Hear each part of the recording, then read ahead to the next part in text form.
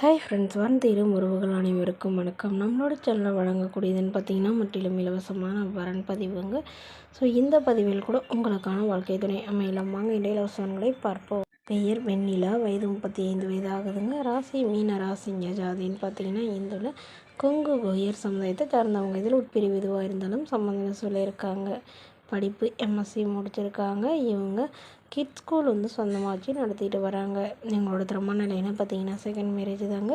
So வரக்கூடியவருக்கு ஃபஸ்ட்டாக இருந்தாலும் முக்கியம், செகண்டாக இருந்தாலும் முக்கியம்னு சொல்லியிருக்காங்க. இவங்களுடைய முகவரின்னு பார்த்தீங்கன்னா விருதுநகரை சார்ந்தவங்க. மணமகளுடைய வசதி நிலைன்னு பார்த்தீங்கன்னா இவங்க நல்ல ஒரு ரிச் ஃபேமிலிங்க. வீடு, நிலம், கார்னு வசதியெல்லாம் இருக்கிறதா சொல்லியிருக்காங்க.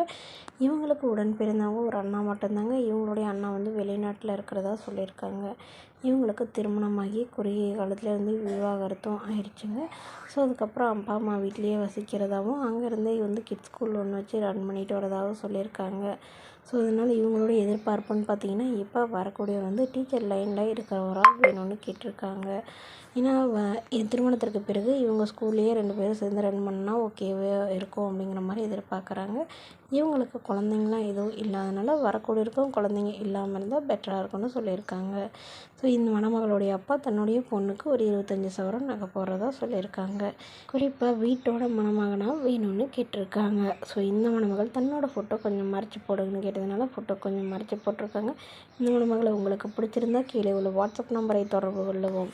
அடுத்த வரன் பெயர் பார்த்தீங்கன்னா மேனகா, வயது 38 வயது ஆகுதுங்க. ராசி ரிஷப ராசிங்க. ஜாதின்னு பார்த்தீங்கன்னா இந்துல கொங்கு உயர் சமுதாயத்தை சார்ந்தவங்க. இதில் பிரிவு எதுவாக இருந்தாலும் சம்மந்தம் சொல்லியிருக்காங்க.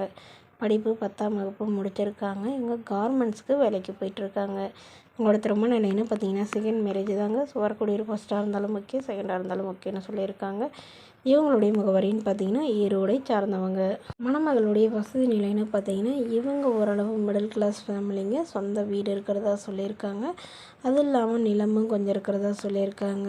இவங்களுடைய அப்பா அம்மா 2 பேருமே தவறிட்டாங்க. உடன் பிறந்தவங்கன்னு பார்த்தீங்கன்னா ஒரு அண்ணா மட்டும்தாங்க. இவங்களுடைய அண்ணா தான் இவங்களுக்கு இப்போ 2வது திருமணம் பண்ணி வைக்கிறதா சொல்லியிருக்காங்க.